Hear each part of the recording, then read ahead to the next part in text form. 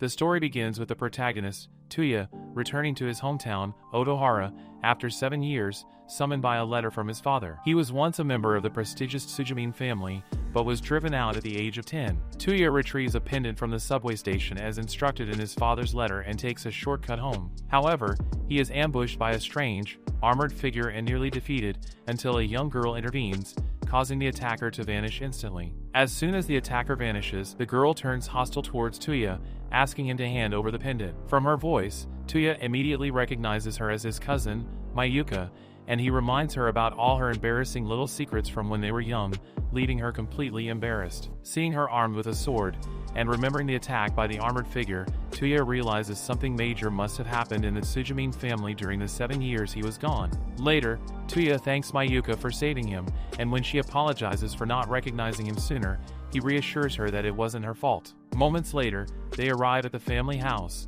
where Tuya's older cousin, Ryo, rushes out to embrace him and pecks him on the cheek, leaving him flustered. She tells him he will be staying with them from now on and hands him another letter from his father. Tuya is shocked when he discovers that his father owes a huge debt to the family, so he sold Tuya to them as a dog. Mayuka is also surprised to hear this and questions Ryo about hiding it from her. She refuses to hurt Tuya's tiny ego by treating him as their family's servant. Suspecting that Mayuka must be nursing mischievous thoughts about Tuya, Ryo teases her about it, but Mayuka hurriedly denies it. Ryo then informs them that Tuya's father has already canceled his house contract, so Tuya might end up homeless if he refuses to stay at the Sujimine house as their personal dog. To convince Mayuka to change her mind, she quietly reminds her that she can even make Tuya do cardio and study her anatomy now that he is their dog. Mayuka immediately turns to stare at Tuya for a brief moment, clearly spinning some fantasies in her head before bowing and agreeing to let him serve them. Tuya is utterly stunned, leaving him wondering why she changed her mind so suddenly. Mayuka reassures him that her decision is simply because she doesn't want him to be homeless, and Tuya considers it for a moment, but before he can respond, she chimes in calling him a dog. After considering it for a while, Tuya accepts the offer and Ryo tells him not to be formal since they are all family. Her words immediately trigger Tuya's memory of his late mother, asking him to protect his family at all cost, and because of this, he wastes no time in decisively making up his mind to stay with Ryo and Mayuka. After the reunion, Ryo notices the pendant on Tuya's neck, which she refers to as Witchcraft, and tells him to follow her to the Forbidden Chamber if he wants to know more about it. Mayuka immediately protests the idea, telling Ryo not to get Tuya involved in their troubles, and she also reminds her that he was attacked by the Heavy Knight earlier. Hearing this, Ryo firmly tells her that Tuya is already involved since the Knight went after him. She then decisively tells Tuya that she will tell him everything about the Witchcraft and the Heavy Knight, as well as their family's biggest secret. On their way to the Forbidden Chamber, Ryo narrates how the witch, Lily Valentine, died about 50 years ago. Apparently, Lily was a distant ancestor of the Sujimine family,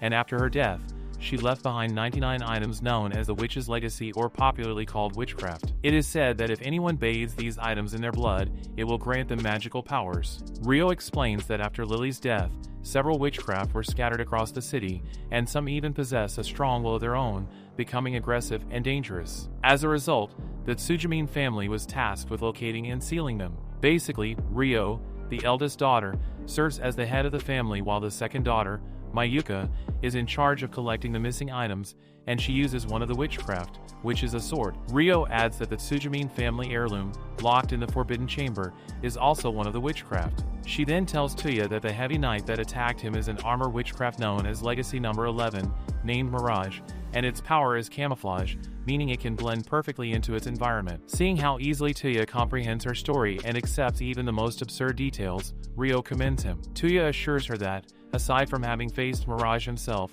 he trusts her completely because she is family, and he will believe whatever his family says without question. They start to discuss Mayuka's recent growth, but stop when she arrives, carrying with her the key to the Forbidden Chamber. Before handing it over to Ryo, she warns Tuya to promise never to involve himself with witchcraft, insisting that she is more than capable of completing the Sujimine mission on her own. A tense silence falls as Tuya remains silent, thinking about how to respond, so Ryo finally tells Mayuka to give him some time to think it over. With that settled, tension fills the air as Ryo prepares to open the door to the Forbidden Chamber. This innermost part of the insanely massive Sujimine house had always been off-limits to Tuya when he was young, which is how it earned the name the Forbidden Chamber. At last, Ryo opens the door, and Tuya finally steps inside, seeing it for the very first time. She then removes the cover from a family heirloom, revealing a coffin-like artifact which is also a piece of witchcraft passed down through generations, and whose purpose is to seal away other witchcraft. Rio tells him that the coffin is called Blue Coffin or Lapis Lazuli,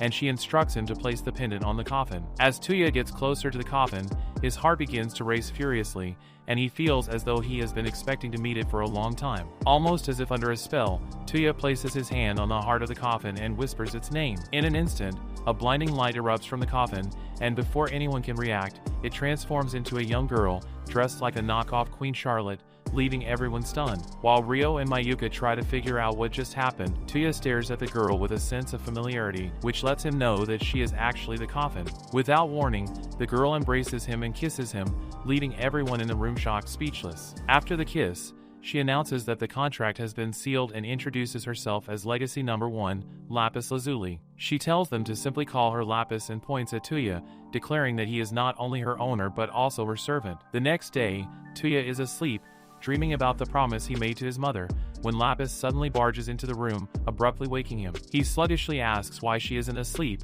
and Lapis replies that she has spent the last 50 years doing nothing but sleeping, so she has no intention of continuing now. After she was awakened yesterday, they had agreed to discuss what to do with her the following morning. Without wasting any time, Lapis immediately orders Tuya to wash her hair, leaving him puzzled. She gently reminds him that Lily used to do it, and now that he is her new owner, it falls to him to do it. Tuya reluctantly agrees, remarking that her personality seems to have changed overnight. Lapis reassures him that she is still Lily's masterpiece, and she will always remain exactly as she was created. With pride, she reintroduces herself, and this time with a slight modification to her name. Tuya immediately notices and points out that she never had such a cat-like name before. Lapis, clearly annoyed, admits that her speech is slightly warped since she hasn't spoken for so long. She then resumes teasing him, calling him her dog and commanding that he wash her hair with gratitude. Tuya then reminds her that in order to wash her hair, he'll have to enter the bathroom with her, but Lapis reassures him that she has taken proper countermeasures. Without hesitation, she pulls her dress backward, and revealing what she calls a school swimsuit, she fishes for a compliment from Tuya, but he seems rather unimpressed. Tuya guesses that Rio must have hooked her up with it, and Lapis confirms he is right. Worried by the expression on his face, she asks if she looks weird in it, but Tuya quickly assures her that she looks really good, which makes her happy. As Lapis heads out, Tuya prepares to follow her and can't help but think that she is somewhat nice despite her saucy attitude. He reasons that it might be because she hasn't yet learned how to interact with people properly, noting that she reminds him of a clueless little cat. Moments later, they reach the bathroom, and Tuya opens the door only to find Mayuka inside. Rio is amused when she later hears about the incident, and she teases Tuya and Mayuka about it, making them realize she was the one who said it. They then decide to discuss how to handle Lapis, and Rio asks her if she is an enemy or an ally. This is because their family's mission is to collect witchcraft and seal it away using Lapis when she was still in a coffin. But now that she has awakened, Rio can't help but wonder if she will cooperate with them to seal witchcraft or work against them. Before answering, Lapis asks if Lily really died, and Rio responds with certainty that Lily passed away 50 years ago, though no one knows the cause of her death. Hearing this, Lapis agrees to become their ally, adding that the wish is theirs as long as their mission aligns with Lily's final request. Tuya, curious, asks her about the wish, and she explains that anyone who gathers all 99 witchcrafts will have one wish granted. She further adds that once all the items are collected, a new power will be created, capable of fulfilling the wish. Since Lapis has agreed to work with them, Rio warmly welcomes her to join their mission, but Tuya is reluctant to agree. Lapis turns to him and insists that, as her owner, he must join in collecting the witchcraft, but Mayuka immediately rejects the idea, which only angers Lapis. She snaps at Mayuka, reminding her that she has already made a contract with Tuya. Mayuka explains that it is impossible since the only way to fight witchcraft is with another witchcraft, and Tuya doesn't possess one. Lapis points out that he has a combat witchcraft, which is the pendant, but Tuya tells her he has no idea how to use it, leaving Lapis stunned. Mayuka becomes even more determined to handle the mission on her own, but Tuya refuses to let her fight alone.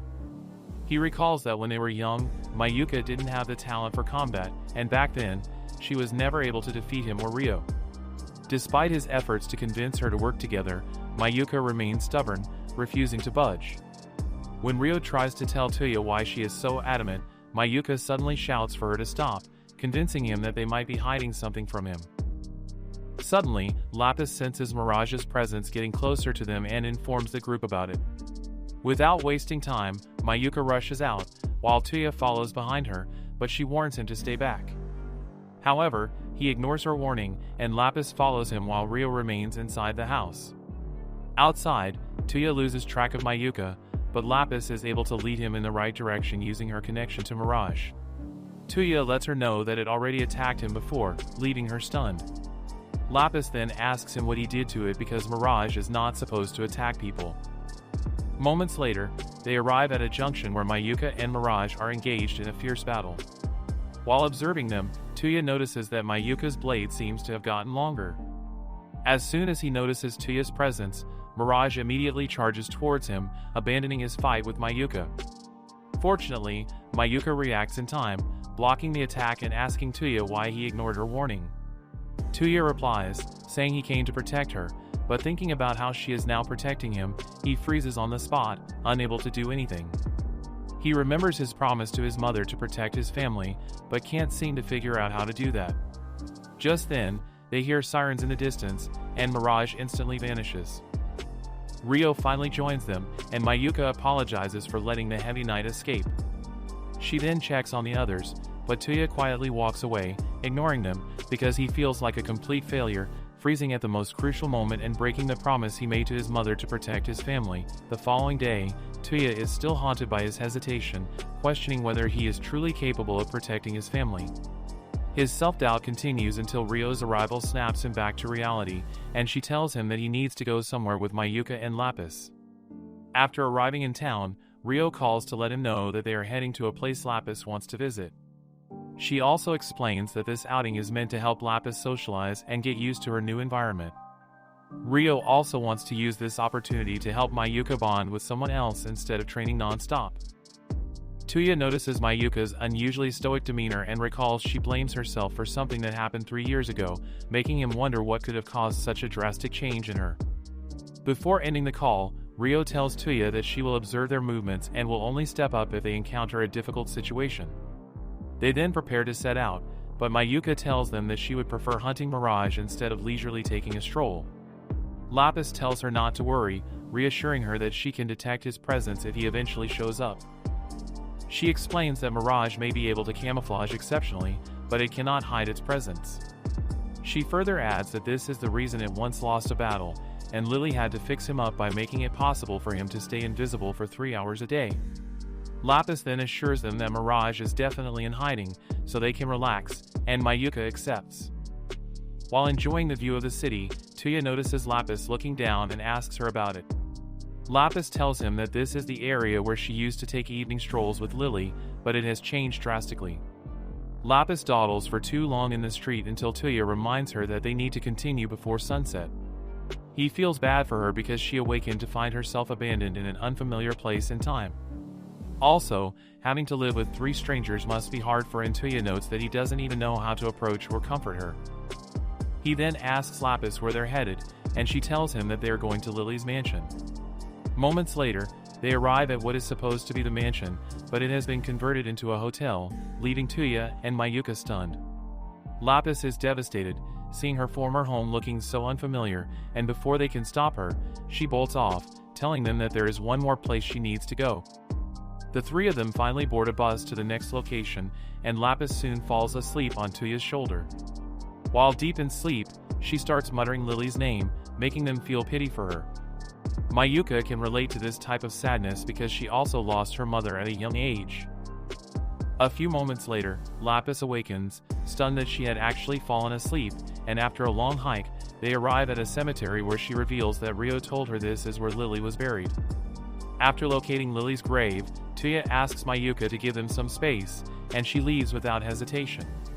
Lapis asks why he sent her away, and Tuya immediately counters, asking if she had been holding back because of Mayuka's presence. Lapis denies it, but Tuya tells her that he understands how she feels, having lost his own mother. He encourages her to cry as much as she needs and assures her that she can rely on him whenever it becomes too hard. Tuya's words hit Lapis hard, and she calls him a fool before asking him to turn around. When he does, she embraces him from behind, confessing that she didn't believe Lily had truly died until she saw her grave. She explains that while she was asleep, she felt utterly alone in the darkness, and the only thing that kept her going was the hope that she would see Lily again and that everything would return to how it used to be. After pouring out her heart, Lapis breaks down in tears, pleading with Tuya to become her family and never leave her behind. From her words and demeanor, Tuya realizes that Lapis isn't just an artifact, but she is, in many ways, simply an ordinary girl. He pats her on the head, reassuring her that she is now part of his family. Despite his words, Lapis hesitates, still unsure because she is a witchcraft. Nevertheless, Tuya insists that he wants her to be part of his family. Comforted by his words, Lapis finally lets her emotions flow, as she embraces him tightly and says her final farewell to Lily. While patiently waiting for Tuya and Lapis to finish, Mayuka encounters a mysterious figure hidden beneath a cloak, who calls her name as if they know her intimately. After their emotional moment at Lily's grave, Lapis thanks Tuya, commenting that he reminds her of Lily. She explains that Lily also held her family close to her heart, but her words only make Tuya feel inadequate in comparison, believing he lacks the power Lily once had to protect those she loved. Lapis gently reassures him, saying that he will figure it out in time, just like Mayuka and everyone else. Her words catch him off guard, especially since Rio doesn't possess any witchcraft. However, before he can question her further, Lapis suddenly senses a powerful aura far stronger than Mirage's, and she realizes that Mayuka may be in danger. Without hesitation, she takes off to track it down, warning Tuya to stay behind, but he refuses. Lapis, however, insists that he would only get in the way since he has yet to awaken his witchcraft. As she disappears into the distance, Tuya feels like a hopeless loser, but he refuses to let his family face danger alone. Believing that Lily's blood flowing through his veins must count for something, he dashes after her, determined to make a difference. Just then, a call from Rio snaps him back to reality, and she tells him that she is on her way but might be late. Tuya tells her not to come, explaining that a witchcraft even stronger than Mirage has appeared. Rio's eyes immediately widen at his words, meaning she knows exactly what it is. Before Tuya can press Rio for more information, he arrives behind a wired fence just in time to see Mayuka locked in battle with the cloaked figure. As he watches the fight unfold, he notices that the attacker possesses some animal-like features, so he quickly asks Rio about it. Rio explains that aside from the Sujimine family, there are two other forces gathering witchcraft. One of them is the Korea family, who have been clashing with the Sujimine clan for ages, and the third is a group that pursues witchcraft for a completely different purpose than theirs. She then tells Tuya that the girl fighting Mayuka is Setsuna, who is part of the third force, and she wields the strongest witchcraft, Legacy Number 4, known as Fenrir. Rio adds that Setsuna was responsible for a terrible incident 3 years ago, and the moment he hears that, Tuya realizes she must be connected to whatever caused Mayuka to change so drastically. She urgently tells him to find a safe place and practically begs him to stay put until she arrives. Tuya, however, feels he can't just stand by while Mayuka faces such a powerful enemy, but Rio insists that the only thing he can do right now is watch from the sidelines. As soon as the call ends, Tuya is utterly frustrated and unable to be his own helplessness. He smashes his phone to the ground. Meanwhile, Setsuna continues to taunt Mayuka, claiming that she never intended for them to cross paths. Mayuka remains battle-ready and reprimands her for addressing her so familiarly. Setsuna then reveals that her main target is the Heavy Knight, and Mayuka is surprised to learn that Mirage is somewhere nearby. Realizing that Mirage may have already fled, Setsuna decides to end the pointless fight, stating that she has no desire to battle Rio's sister.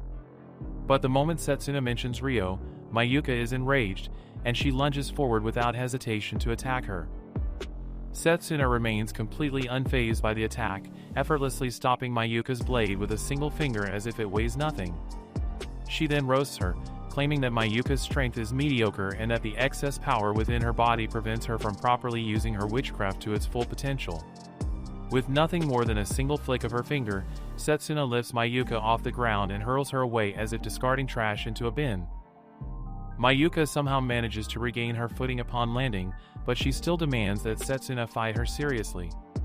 Setsuna, however, refuses, calmly stating that her only enemies are witchcraft itself and that Mayuka is not worth her full strength. She then promises that once she finishes gathering the remaining witchcraft, she will come for Mayuka's sword as well. Despite being given a way out, Mayuka stubbornly refuses to back down, and even Tuya, who is the biggest loser of the moment, warns her to run. He tells her that no matter how hard she fights, she stands no chance against a monster like Setsuna. Moments later, Setsuna's attention shifts to Lapis, who has been silently observing the whole thing. A smug smile crosses her face as she reveals that she already knows who Lapis is. She recalls sensing her presence at the Sujimine house and states with certainty that Lapis must be the coffin once sealed within its hidden chamber.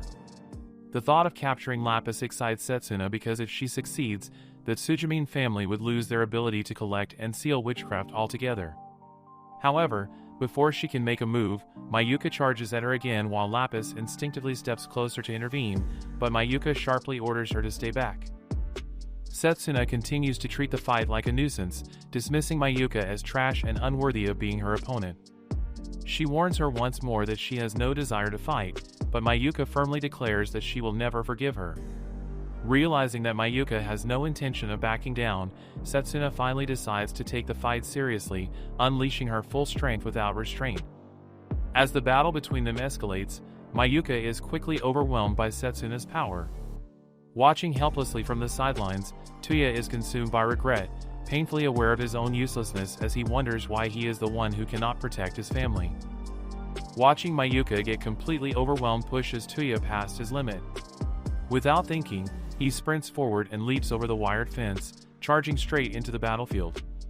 Out of desperation, he feeds his strong will into the pendant, hoping it will respond to his heart and awaken.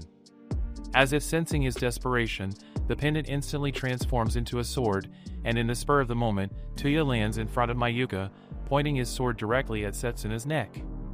Setsuna is taken aback because she didn't even sense him moving, and from a distance, Lapis stares at the weapon in awe, immediately recognizing it as Legacy Number 7, known as the Sword Dancer. Finally feeling like an overpowered protagonist, Tuya glares at Setsuna, warning her to keep her trashy hands off of his family. Deep down, Tuya fears being eliminated, but he trusts his weapon, Sword Dancer, and challenges Setsuna to a fight. Lapis scolds him for ignoring her warning, but Tuya tells her she is his family, and he will be the one to protect her, his words almost moving her to tears. He then tells Mayuka to leave the rest to him, but Setsuna laughs at his stupidity. To show him what he is up against, she immediately drives his sword straight through her neck, like a scene straight out of a horror movie, leaving everyone completely in shock. Seizing the chance before her, Mayuka strikes Setsuna from behind, hoping to finish her, but to their horror, her wounds heal instantly. Setsuna mocks Mayuka, saying such a weak attack can't kill her, and the three of them watch speechless as the terrifying figure before them reintroduces herself properly. She explains that she is the third force, and her witchcraft is the strongest and deadliest because it allows her to transform into a beast.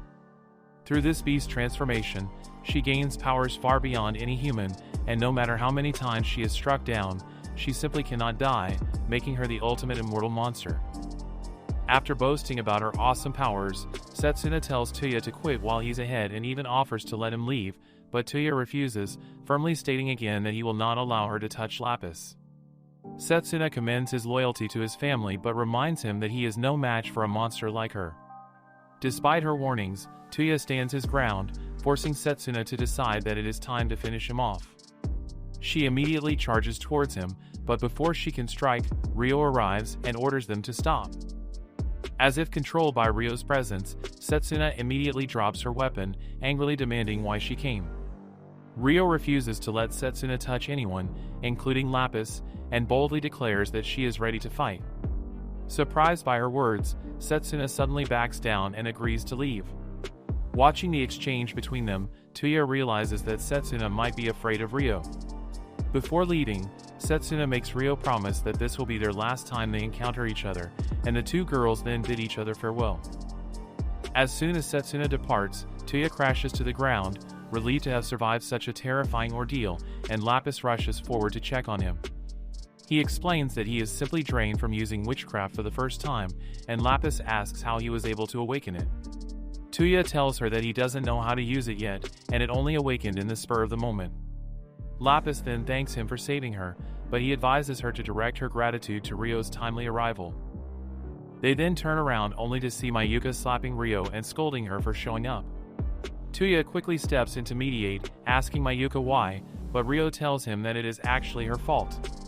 Tuya, however, refuses to accept it, stating that Rio is the one who saved them, but before he can finish talking, Mayuka suddenly starts crying, leaving him even more confused. She blames him for ignoring all her warnings and getting involved in witchcraft. As he listens to her outburst, Tuya is even more confused, making him wonder why she wants him to stay away from witchcraft or why she is angry with Rio.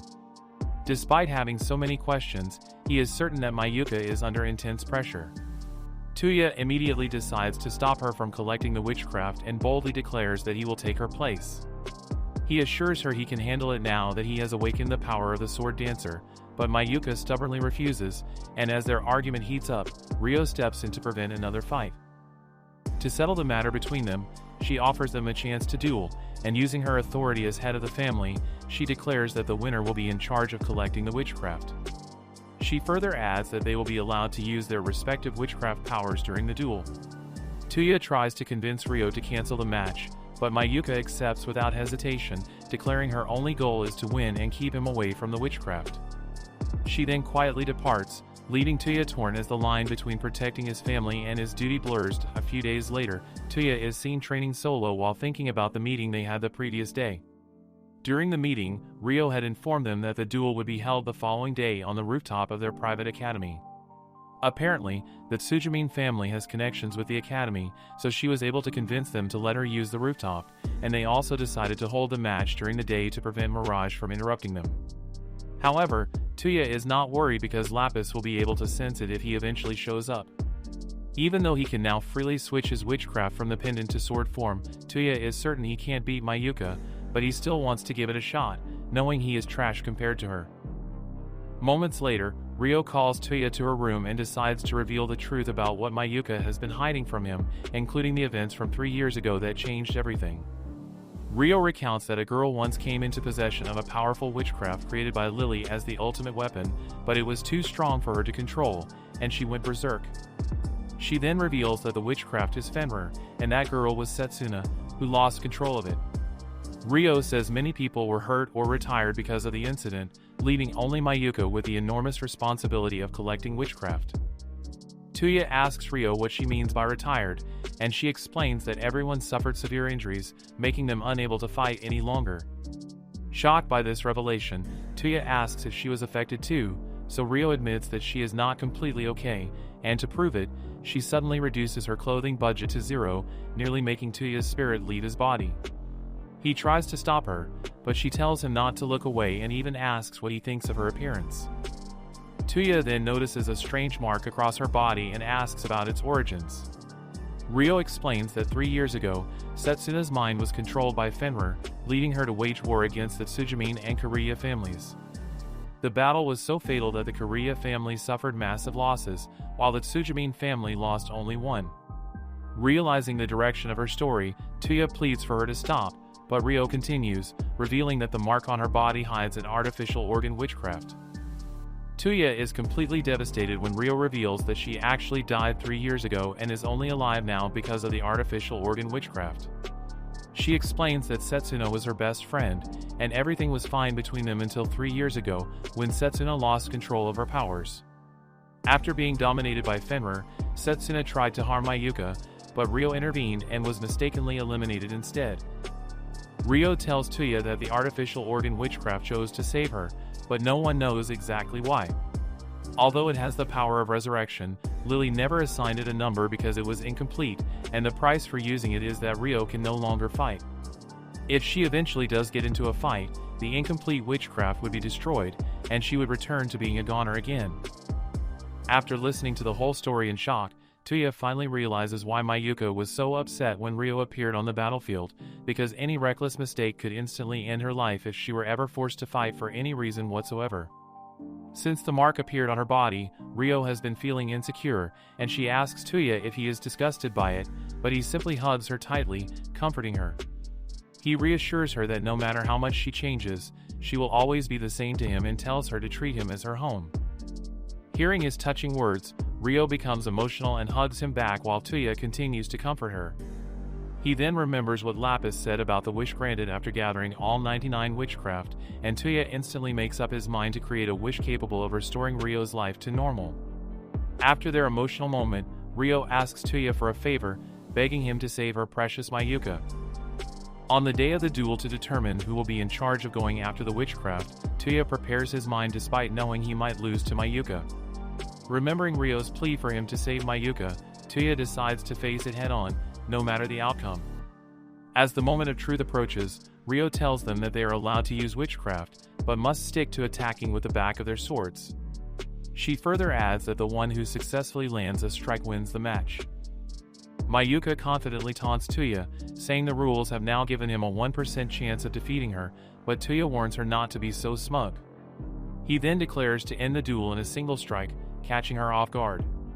Just before the match begins, Lapis subtly signals to Tuya, reminding him to play his part, and he gives a silent, meaningful look in return, confirming he will execute the strategy she devised. Apparently, Lapis had approached him the night before and asked about his chances of defeating Mayuka, only to realize he didn't have a plan at all. Knowing he stood almost no chance on his own, she decided to step in and devise two strategies she believed could turn the tide in his favor.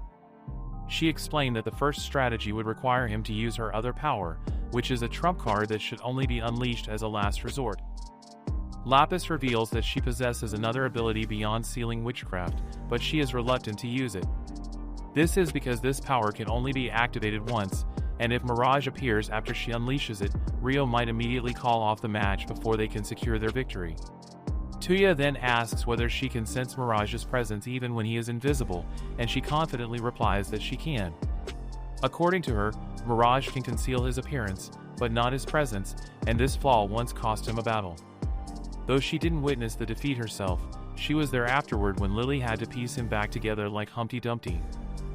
Back in the present, Ryo gives the signal to begin, and the two immediately charge at each other, but to Tuya's shock, Mayuka's blade suddenly extends, striking him from a distance.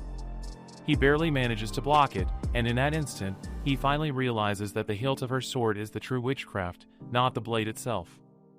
Basically, the sword's power is freezing, and as long as there is a water source, it can freeze and create a blade that is harder than steel. This sword is the Witch's Legacy number 9, known as Diamond Edge, and by drawing moisture from the air, Mayuka can reshape and extend the sword at will, turning the battlefield itself into her own private arsenal. After hearing the full extent of her sword's abilities, Tuya can't help but feel like he may have taken on more than he can handle. Sensing his hesitation, Mayuka advises him to forfeit, but Tuya goes quiet, making it seem like he is seriously considering her offer. For a brief moment, she is convinced that he is about to concede, but then, without warning, flatly rejects her advice, leaving her completely stunned. Tuya scolds her for worrying about an opponent in the middle of a battle, firmly stating that her kindness might cost her her life someday. Seeing that he has no plans to back down, Mayuka decides to use force, and Tuya is taken by surprise when she extends her sword and thrusts it forward without any warning. Despite being taken aback, he manages to block the attack, but Mayuka relentlessly continues to attack him. During the fight, Tuya notes that she has gotten stronger because it is taking him a lot of effort to block her attacks. He continues to go on the defensive, hoping to find an opening to strike her. Both of them continue the same routine for almost 2 hours, completely wearing each other out.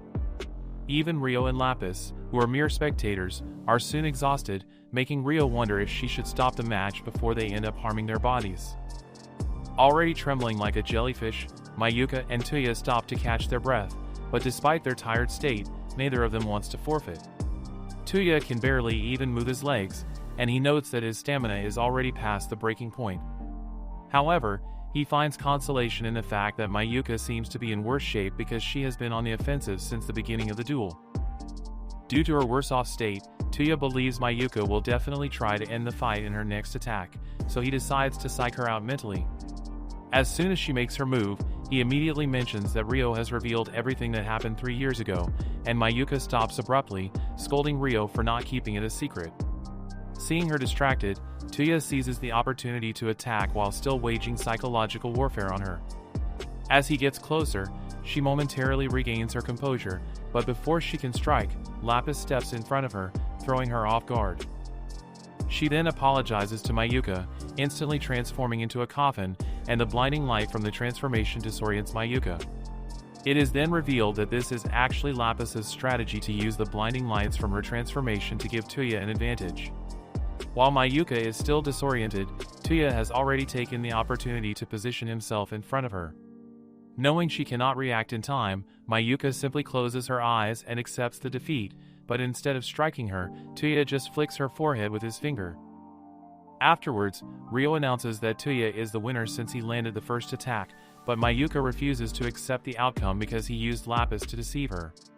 Tuya explains that the rules allow them to use their witchcraft, and Lapis belongs to him, so technically, they didn't violate any rules. Despite his explanation, she continues to protest, and Tuya admits that he couldn't have one on his own. He then invites Mayuka to join him and Lapis in collecting the witchcraft while Ryo provides external support. However, Mayuka bluntly refuses, stating that she doesn't want him to be in danger. Tuya tells her that he also doesn't want her to risk her life and pats her head, promising to protect her while she fights. Overwhelmed by emotions, she immediately starts crying while Tuya tries to console her.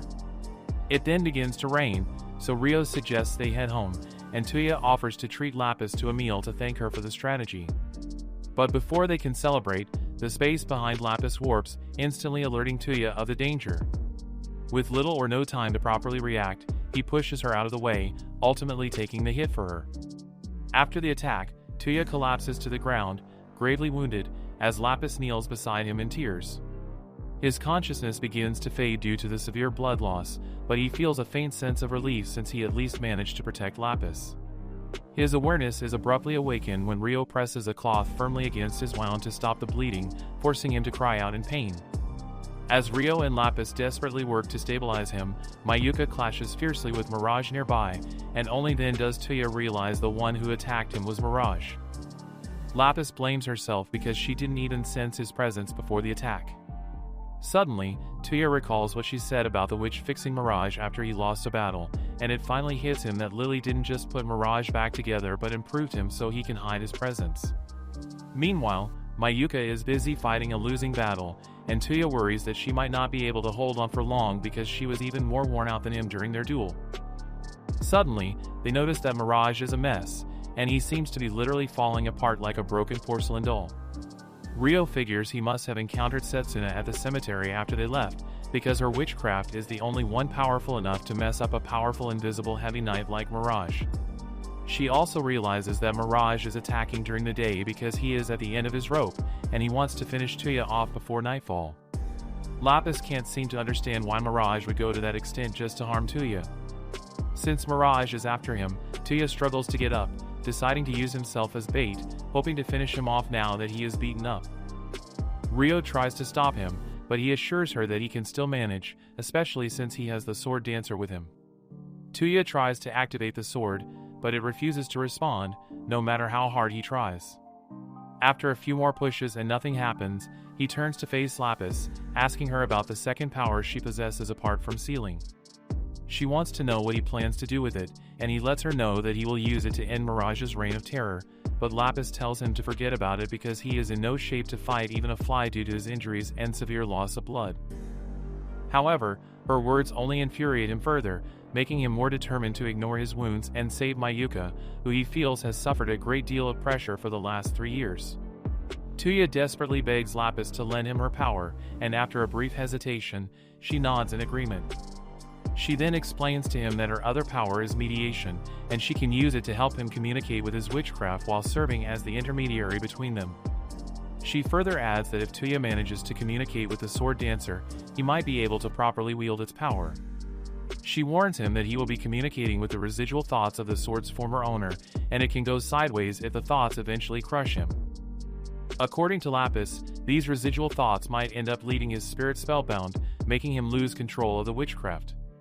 Tuya's eyes widen as he recalls this might be the same thing that happened to Setsuna when she went berserk 3 years ago. Sensing his unease, Lapis asks if he still wants to continue with meditation, but Tuya falls silent, unable to make up his mind. Just then, Ryo speaks up, assuring him that everything will turn out well because even though witchcraft can bring about disaster if used wrongly, she believes it can equally bring about happiness. Rio tells Tuya that she trusts him and believes he will definitely succeed. Tuya thanks her and immediately tells Lapis to begin the mediation between him and Sword Dancer. Lapis clasps her hands to Tuya's, and before starting, she assures him that she will pull him out if it seems like he might lose control. Moments later, a bright light explodes from her hand, and Tuya finds himself in a no-fabric endless white zone. He turns around only to see Lapis also freshly unwrapped, and she immediately slaps him, telling him not to look at her. Tuya winces in pain, reminding her that he is still injured, but she lets him know that his real-world injuries have no bearing in the mediation space. She then explains that the space is the mediation room located deep within her soul, where humans and witchcraft can communicate. Suddenly, a voice from behind interrupts them, and they turn to see a young girl covered in armor. Tuya is taken aback because from her voice and appearance, he can tell she is pretty young, in fact, almost his age group, or even younger than him. Before Tuya can explain his purpose for coming, she tells him that she already knows why he came and then asks for his wish.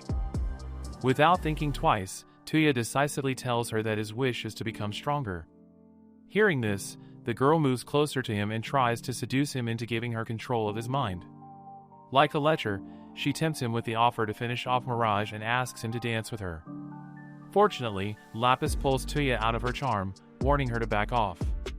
The girl tries to convince her not to interfere, but Lapis reprimands her with authority, explaining that Tuya is her family, so she will not let anyone mess with him. The girl immediately falls silent after listening to her, and moments later, she decides to comply for Lapis's sake. First, she tells Tuya that he must know her name, and she then goes into detail explaining how the battlefield is her stage and the clash of swords in her music. After like an eternity of a long, boring Shakespearean poem, she instantly vanishes, and Tuya returns to reality with the transformed sword in hand. He then thanks Lapis for helping, and with great effort, he manages to stand on his feet, but he drops the sword while struggling to steady his footing. Lapis picks up the sword, but when she tries to hand it over, she realizes that Tuya has almost lost his sight due to the severe blood loss he suffered. He reassures her that he can still see though, and it is just slightly blurry. Despite such a daunting situation, Tuya refuses to be held down by it, so he decides to focus his strength on his hearing and assures them that he can locate Mayuka and Mirage by following the clash of their weapons. Rio tells him to do his best, while Lapis threatens never to forgive him if he doesn't return alive. After receiving their blessings, Tuya slowly makes his way towards the fight, and Mayuka notices him getting closer, so she orders him to go back, but he ignores her warning. Tuya positions himself ready for battle and immediately begins taunting Mirage for looking like a broken doll. Rio, Lapis, and Mayuka grow tense as Mirage turns his attention to Tuya, who seems more than ready for the fight despite his failing vision. As he waits anxiously for Mirage to make his next move, Tuya realizes he may not even last a minute in his current state. Even so, he believes he is the only one who can put an end to Mirage. His thoughts drift back to his first day after returning to town and to everything Lapis said when Mirage appeared the second time. After piecing all the facts together, it becomes clear to Tuya that he had been the target from the very beginning, yet no matter how hard he searches his memory, he cannot understand what he did to make Mirage want his life. He questions Mirage as if hoping to get an explanation, but all he gets in return is a muffled metal growl, so Tuya prepares himself to begin the battle. First, he recalls everything the girl from the mediation session had taught him and successfully activates the first technique of the sword dancer, known as waltz. Shortly afterwards, Tuya and Mirage begin their final battle while the girls watch anxiously, hoping Tuya can win. However, before long, he is overwhelmed and even loses sight of his sword, making everyone tense. But just as Mirage is about to land the final strike, Tuya manages to regain his composure and successfully dodges the attack. A sudden rush of adrenaline fills him, and as he thinks about his wish to get stronger, Tuya awakens the second technique, known as Forte, which helps him move swiftly towards Mirage. As he relentlessly attacks Mirage, Tuya can feel his abilities forcibly unleashed, and his body pushed to its limit, but even though he knows his body can't handle it, Tuya refuses to back down despite the pain. He thinks about his wish to revive Rio and also his quest to relieve Mayuka of the burden she has been carrying. Tuya also thinks about Lapis and his promise to become her family, and in that moment, he is determined to protect his family at all costs. Tuya immediately uses that thought as a drive, and with one last powerful strike, he completely eliminates Mirage, slicing him into two halves. After the victory, Tuya, now completely out of steam, wobbles, almost crashing to the ground, but Mayuka quickly holds him back up. Tuya notices that his vision has become even sharper after using the Forte technique, and he sees Mirage now torn in half, continuing to raise his hands as if refusing to accept his fate. Afterwards, Lapis arrives and immediately activates her heart seal, and as a bright light erupts from her chest, Mirage is completely absorbed, sealing him away forever.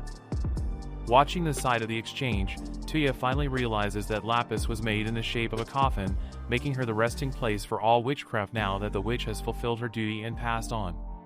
He reasons that all the witchcraft sealed inside her will be able to find peace, remarking that Lapis is a beautiful coffin with a blue seal. After sealing Mirage, Lapis silently wishes him a good rest and then commends Tuya for winning the battle.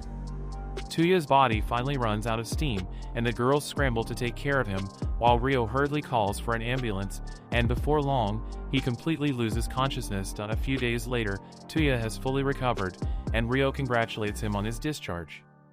He asks about Lapis and Mayuka, and she explains that they are taking care of the paperwork. After collapsing on the rooftop, Tuya was transported to a hospital affiliated with the Sujimine family, where he was treated without anyone questioning how he sustained his injuries. Looking at how fast he recovered, Tuya can't help but wonder if the hospital used some kind of special treatment on him, but Rio tells him that wielding combat witchcraft can significantly enhance a person's regenerative abilities. She then recounts her conversation with Lapis, explaining that while Lapis was sealing Mirage away, she managed to speak with him and finally uncovered his motive for attacking Tuya. According to Lapis, Mirage, like her, was confused after he awakened to a world that had changed beyond recognition, and his home was long gone. Lost and confused, he began searching for Lily, unaware that she had already passed away. When his search yielded nothing, he went on a rampage in the hope of drawing her attention, but Lily never appeared. In the end, he turned his sights on someone from her bloodline, believing it would force her to reveal herself. Rio explains that Mirage never truly intended to harm Tuya, which is why he disappeared without causing serious damage the first time they met. However, no matter how much chaos he unleashed afterward, Lily never appeared, forcing him to confront the possibility that she might truly be dead. Desperate to confirm his suspicions, Mirage decided to act on something Lily had told them 50 years ago. Back then, she had been fiercely devoted to her family and once declared that she would surely appear if any member of her bloodline were to die or marry. Because he sensed Lily's blood the strongest in Tuya, Mirage chose him, believing that if he were to die, Lily would have no choice but to reveal herself. After hearing the full gist, Tuya finally realizes that Mirage was still grasping at straws even at death's door because he wanted to see the witch one last time. Rio then tells Tuya that he is quite similar to Mirage, especially in the way he pushes himself too hard for the sake of his family. She begs him not to do anything reckless anymore, saying she wants him to live because he is her family. Without hesitation, Tuya agrees as he finally understands that his mother's last request was more than just for him to protect his family. Now he understands that he has to stay alive to protect his family, so he promises Rio that he will heed her advice.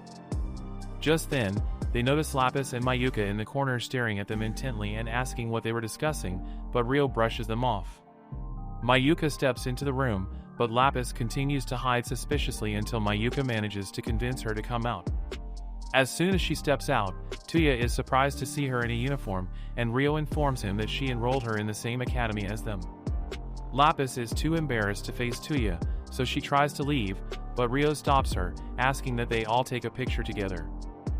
After his discharge, Tuya and the girls head home, and along the way, Lapis teases him before dashing ahead with Mayuka, leaving him alone with Rio.